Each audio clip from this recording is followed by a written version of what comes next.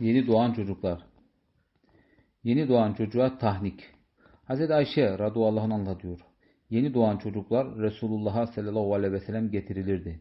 O da bu çocuklara mübarek olmaları için dua eder, tahnikte bulunurdu. Müslim.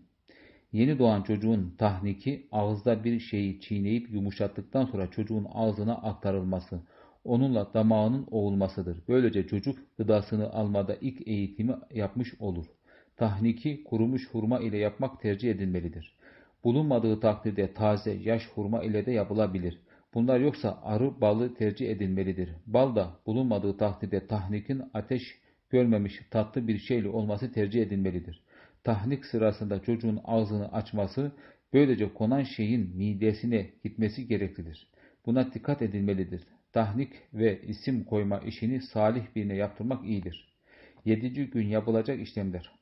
Abdullah İbni Ömer radıyallahu anh anlatıyor. Resulullah sallallahu aleyhi ve sellem çocuğa doğumunun 7. gününde isim konmasını, yıkanarak pisliklerin temizlenmesini ve akika kurbanı kesilmesini emir buyurdu.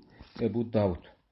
Semure İbni Cündep radıyallahu anh anlatıyor. Resulullah sallallahu aleyhi ve sellem buyurdular ki her çocuk akika kurbanı ile rehinelenmiştir.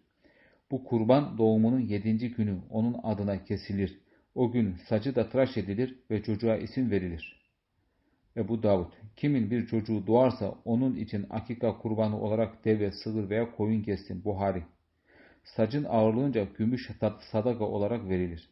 Hz. Ali radıyallahu anh anlatıyor. Resulullah sallallahu aleyhi ve sellem Hz. Hasan radıyallahu anh için akika olarak koyun kurban etti ve ey Fatıma dedi. Çocuğun başını tıraş ettir ve sacının ağırlığınca gümüş tasadduk et. Bu emir üzerine sacı tartık ağırlığı 1 dirhem veya buna yakın bir şeydi. Tirmizi. Çocuğun alnına kurban kanı sürülmez. Kimin bir evladı olur da onun için bir kurban kesmek isterse bunu yapsın. Kurban kanı çocuğun alnına sürülmesin. Muvatta. Süt anne seçiminde özen gösterilmelidir. Çocuğunuzu geri zekalı kadına emzirtmeyin. Zira çocuk kendini emzirene benzer. Mevahib ile dünye. Çocuğu zina yapan kadına emzirtmekten sakının. Mevahib ile dünye. Çocuk beyaz bezle kundaklanır. Hz. Sevde radıyallahu anh anlatıyor. Hz. Fatıma'nın radıyallahu anh doğum sancısı başlayınca Resulullah sallallahu aleyhi ve sellem geldi ve doğum olunca bana haber vermeden çocuğa hiçbir şey yapmayın buyurdu. Çocuk doğunca ben göbeğini kestim ve onu sarı renkli bir bezle kundakladım. Az sonra Resulullah sallallahu aleyhi ve sellem geldi ve benim yaptıklarımı öğrenince kızdı ve bana asi oldun dedi ve daha sonra sarı renkli kundak bezini atarak çocuğu beyaz bir bezle kundakladı. Kenzül Ummal.